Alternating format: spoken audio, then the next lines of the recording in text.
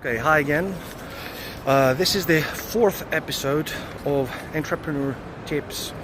I would say this one isn't exactly entrepreneur tips. It isn't a tip of how to improve your business. I'm just going to talk about dress codes today. I think that's a wider subject today. In a sense, it does have to do with entrepreneurship in the sense that, well, we're going to employ people, and therefore, there's the question of dress code.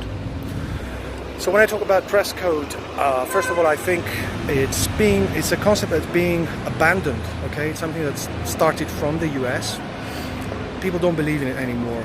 Okay, they're starting, at least in the US, in many jobs they don't use it. Okay, when I talk about dress code, I'm talking about how you dress, casual, smart casual, business. Okay, I spent a lot of time when I was in the UK. I spent a lot of time trying to work out what the dress codes are. For some of the jobs I did, it was a requirement. For the big banks, okay, the wealth management banks, it's a requirement to dress really well. I've even heard this comment that in one bank, the CEO said he was going to check the underwear of his employees to see if they look expensive. Okay. Yeah, I can see why they do that. I can see that they want their people to look good. But look, if we really study it very well, it's very bad. It actually looks worse than better. Why? Okay, first of all, this concept of dressing, smart.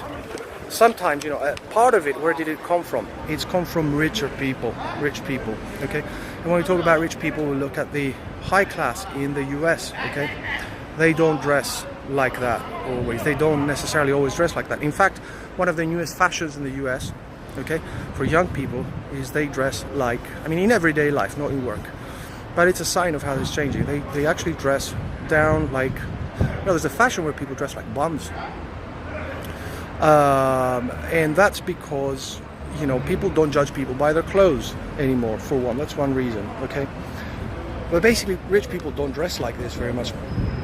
The second reason why it's dressing up is not smart is because you're not actually becoming rich as a worker. Okay, you're pretending to be a rich person, but you're not when you're dressed in a suit. Okay, if you're not a business person, then we know that. Okay, you're pretending. Okay, the third thing is that it makes it's more complex. It's unnecessarily complex to try to follow a dress code, and most of all, people do it badly.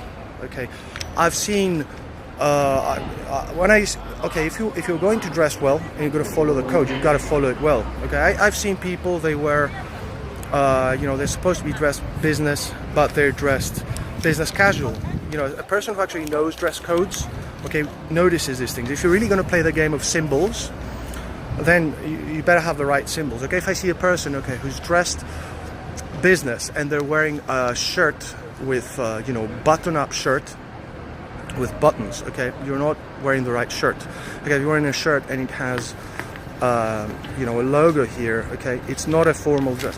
So I see it so many times. So they don't wear the right shoes. So why are you doing it? Okay, if you're going to dress business, and it's complex, you'd rather not do it.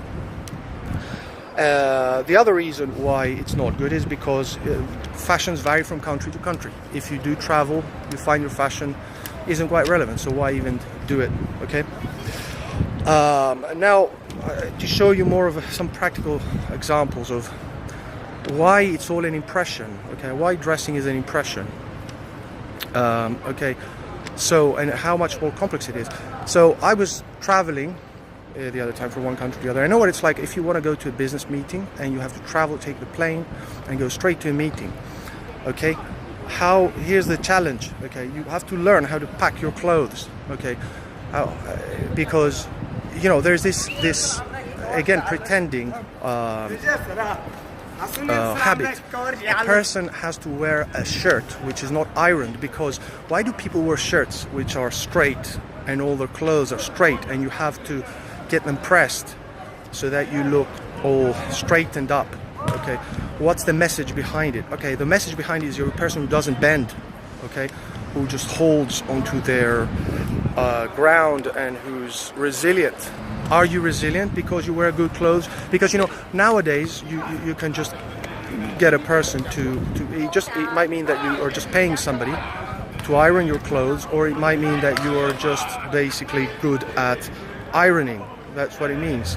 And now, if you ever tried to do what I said, to travel and try to go there with your suit on your meeting and be ready for the meeting immediately after the plane, there's a whole science behind it. Okay, I've tried to do that. How to pack a shirt and how to pack a suit. How to roll them up, to put them in your suitcase, so that as soon as you come out, you change and you wear it and you go to the meeting, so that you look unbent, just to make that impression. And it's just an impression that, as I said, it means nothing. It does not mean that you're a person who doesn't bend, and it does not mean that you are good at time management. In fact, it means that you're not good at time management. You're not a practical person. You're very inefficient, because it does not matter. That impression does not matter. And if other people are just going to always look at your impressions, okay, it means they're missing things out. They're not very smart if they are looking at your clothes to judge what's going on in your head and how you deal with your businesses. Okay, and I mean, you can try it. I can give you a link and see what it's like. How do you pack? I mean, it means whenever you travel, you're going to have to prepare. You spend 2 hours to learn how to put the sleeves right and how to do it. Is that what business people do? I think not. I think you want to be use your time wisely for other things. So that's why you'd rather not care about this. Okay, you'd rather wear something simple. Now, and there's another interesting story about dress codes. Okay, so we take another famous example, Albert Einstein, the famous physicist. Okay, there's a lot said about him. One of the things that's being said is, people study what he did in his life and all his habits. And one of his habits was, apparently, they said that he kept 5 black suits in his closet. That's what he used to wear. So why did Albert Einstein do that? Okay, well, first of all, here's what we can learn, that Einstein was a physicist. Physicists have a tendency they want to break down things into their fundamentals, okay? And they don't just do that in physics. It's just this mindset carries into other things that you do, okay? So why would Einstein do that? Because he was actually thinking very practically. He was thinking like a physicist and very practically. And okay, what was Einstein? If you think practically, what was Einstein doing? What was his job? He would go to the University of Zurich, where he taught, or he'd go to the patent office. Okay, for both of these places, you can do very well with a suit. All he needs is a suit. He does not need fancy clothes. And actually, you don't need to have clothes of different color every day. Like, there's a question, why do people use clothes of different color every day? Why do they need to have a different style? If we actually think about it deeper, there's no difference. If a person shows you the same clothes every day and they're clean and they're tidy, there is there is no gain, if instead you buy different clothes. It actually makes it incredibly more complex, because you have to choose between different brands, different colors, different styles. Why would anybody do that? It's not practical.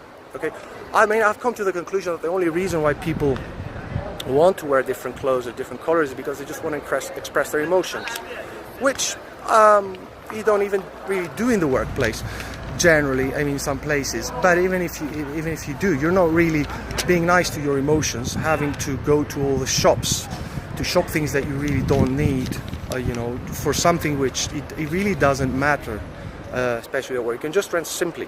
So that's why Einstein did it, I think, because he was keeping things simple and down to the fundamentals. It's easier, it's more economic, it's more practical. Interestingly, that's what Mark Zuckerberg does as well. He wears, generally he's famous for that, he wears a blue shirt. He's popular, I don't know if he copied that from Einstein, but he's got 5 hoodies. He keeps the teenager style going, which matches the Facebook culture, interestingly. People who use Facebook are generally younger. And he's got one color, his favorite color. He wears that all the time, most of his shirts. He doesn't have to make a decision, doesn't have to go through many brands, and it just makes his life easier. And I kind of like to go mostly with that mindset. I just simply don't see why people need to wear a dress to dress up, because it's just an impression for dressing up and not for your work. And it actually shows that you're inefficient and you do bad time management and wasteful. It's not good. Thank you for watching. Please